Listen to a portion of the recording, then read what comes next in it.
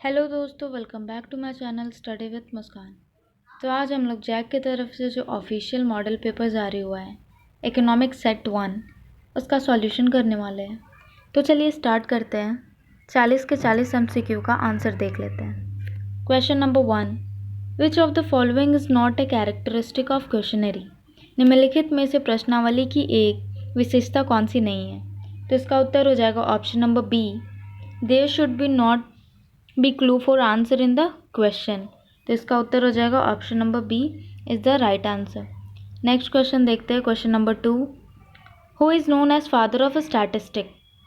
तो इसका आंसर हो जाएगा option number B, Gottfried Achenwall. Gottfried Achenwall is the right answer. Next question देखते हैं। Question number 3, economics is the study of man in the ordinary business of life. This statement is of which economist. हमें बताना है कि ये statement किस economist द्वारा बोला गया है। तो इसका आंसर हो जाएगा option number C, Alfred Marshall is the right answer. चलिए आगे बढ़ते हैं। Next question. Question number 4, which of the following statement is true regarding the open ended question. तो इसका आंसर हो जाएगा option number A, difficult to explain is the right answer. Question number 5 देख लेते हैं क्या है। What is meant by range. पारस का अर्थ क्या है। तो इसका उत्तर हो जाएगा option number A, difference between maximum and minimum observation. Option number A is the right answer. Question number 6, लिंग के आधार पर भारतीय जनसंख्या को पुरुष एवं महिला दो वर्गों में विभाजित करना निम्न में से किस वर्गीकरण का उदाहरण है। To classify Indian population into male and female on the basis of gender is example of which type of classification. तो इसका आंसर हो जाएगा option number D is the right answer, qualitative गुणात्मक। चलिए आगे बढ़ते हैं। क्वेश्चन नंबर 7, किस सारणी में पंक्ति शीर्षक को कहा जाता है। Which what the row heading in a table called. तो इसका आंसर हो जाएगा option number C, of seeds stubs. Option number C is the right answer. Question number 8, आयात चित्र किस प्रकार के चर के लिए बनाए जाते हैं। Histograms are drawn for what type of variable. तो इसका आंसर हो जाएगा ऑप्शन नंबर ए, सतत चर मतलब continuous variable is the right answer. Question number 9 देखते हैं। सभी प्रेक्षणों के मूल्यों के योग को प्रेक्षणों की संख्या से भाग देने पर प्राप्त भागफल को क्या कहा जाता है। इंग्लिश में समझते हैं। What is the quotient obtained by dividing the sum of variable all the observation by number of observation called. तो इसका आंसर हो जाएगा option number A, arithmetic mean. आप लोग पढ़े होंगे मीन मीडियन मोड, उसी से क्वेश्चन है ये। क्वेश्चन नंबर 10, निम्नलिखित में से किस औसत की गणना करने के लिए आंकड़ों को बढ़ते क्रम में रखना अनिवार्य होता है। In the calculation of which type of average it is mandatory to arrange the data in increasing order. हम इंक्रीजिंग ऑर्डर में किसे रखते हैं वो बताना है। तो इसका आंसर हो जाएगा option number B, median. Again mean median mode से क्वेश्चन है, तो ध्यान से पढ़ना वो चैप्टर आप लोग। क्वेश्चन नंबर 11, निम्नलिखित में से कौन सा औसत दिए गए आंकड़ों के 4 बराबर भागों में विभाजित करता है। Which of the following average divides the given data into 4 equal parts. तो इसका आंसर हो जाएगा ऑप्शन नंबर सी, क्वार्टाइल चतुर्थक is the right answer. Question number 12 देखते हैं। मानक विचलन के संक्षेप माप को क्या कहा जाता है। What is the relative measure of standard deviation called. तो इसका उत्तर हो जाएगा option number D, all of these. Coefficient of range, coefficient of variation and coefficient of deviation, इसको सब बोलते हैं। Question number D is the option number D is the right answer. Question number 13, निम्नलिखित में से किस माप की गणना में प्रेक्षकों के औसत से विचलनों के निरपेक्ष मान को लिया जाता है। In the calculation of which of the following measures the absolute value of deviation of observation by their average is taken. तो इसका आंसर हो जाएगा option number B, mean deviation. आगे बढ़ते हैं क्वेश्चन नंबर 14 की ओर। क्या है 14 देख लेते हैं। यदि किसी आंकड़े का मानक विचलन 16 तथा समांतर मानक मध्य 50 है तो विचरण गुणांक का मान मान क्या होगा, ये हमको निकालना है। तो इसका आंसर हो जाएगा ऑप्शन नंबर डी 32%। और निकालने का फॉर्मूला आपको पता होगा कि CV=ST divided by mean into 100।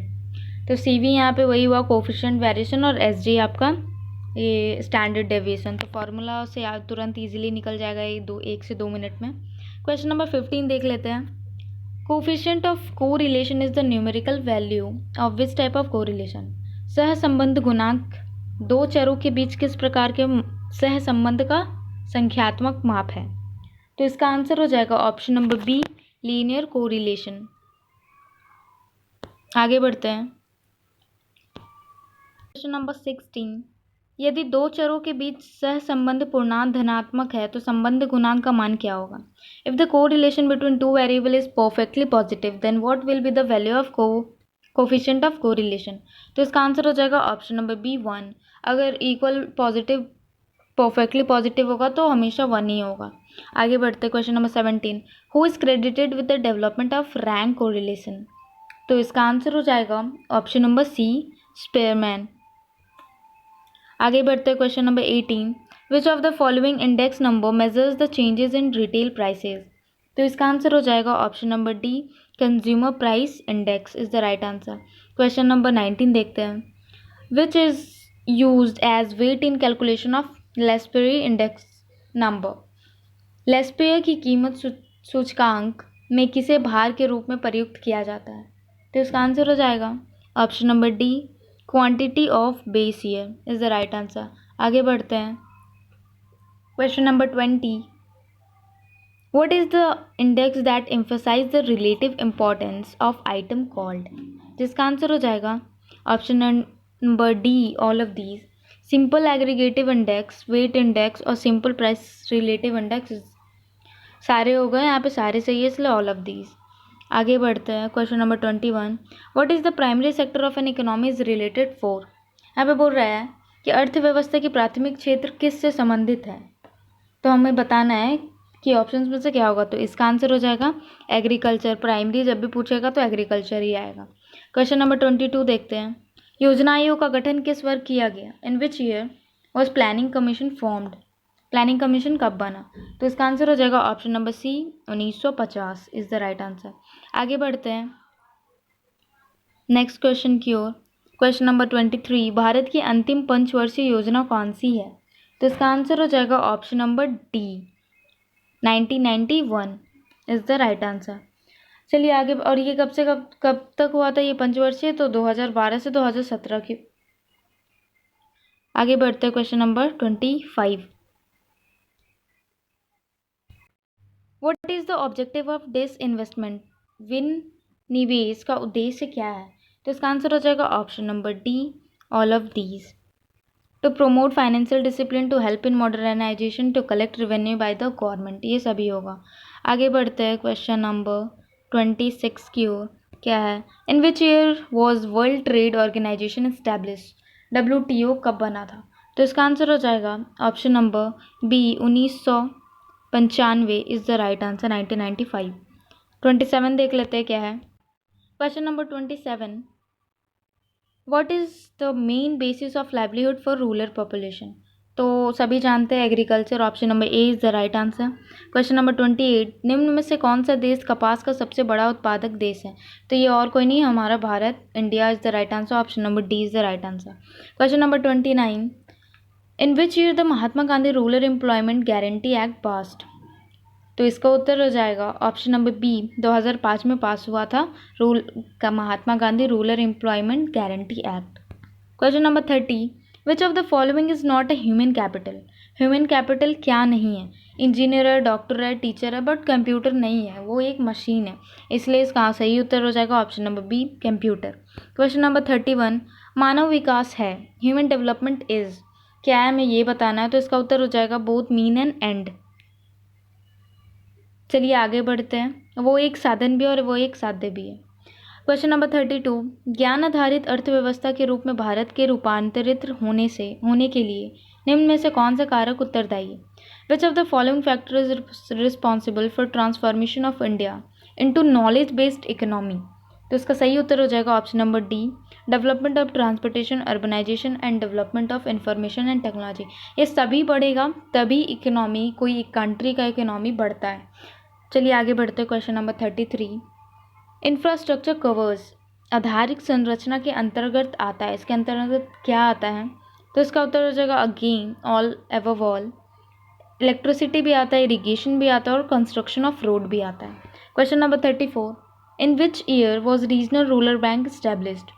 तो इसका सही उत्तर हो जाएगा option number B, 1975। Question number 35, the proportion of rural labour force dash than that of urban labour force? तो इसका सही उत्तर हो जाएगा ऑप्शन नंबर ए, मोर, अधिक। Question number 36, the employment of a person engaged in brick making work is called?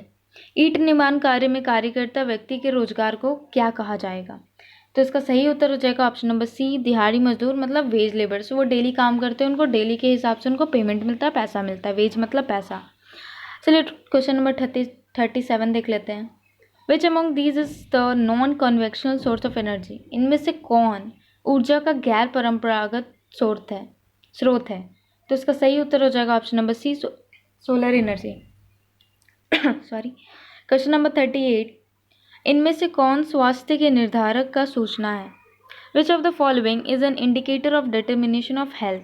तो इसका सही उत्तर हो जाएगा ऑप्शन नंबर ए, चाइल्ड मोर्टेलिटी रेट, शिशु मृत्यु दर। क्वेश्चन नंबर 39, जैविक खाद को खेती के लिए सबसे उपयुक्त क्या माना जाता है, क्यों माना जाता है? Why organic manure is considered as the most suitable for farming? तो इसका सही उत्तर हो जाएगा option number C, chemical materials are not available. Organic में आता है कि शुद्ध, ऑर्गेनिक मतलब शुद्ध खाद जिसमें ना कोई केमिकल ना कोई पेस्टिसाइड हो, इसलिए इसका ये सही उत्तर हो जाएगा option number C. Question number 40 जो कि आज का हमारा लास्ट क्वेश्चन है, सार्क का गठन कब हुआ? When was SAARC formed?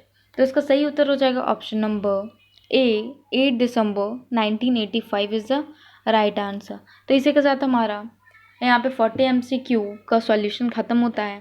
I hope so you like this video. अगर आपको वीडियो अच्छा लगा तो अपने दोस्तों के साथ शेयर करें, लाइक करें और चैनल पर नए होंगे तो चैनल को सब्सक्राइब करें। Thank you.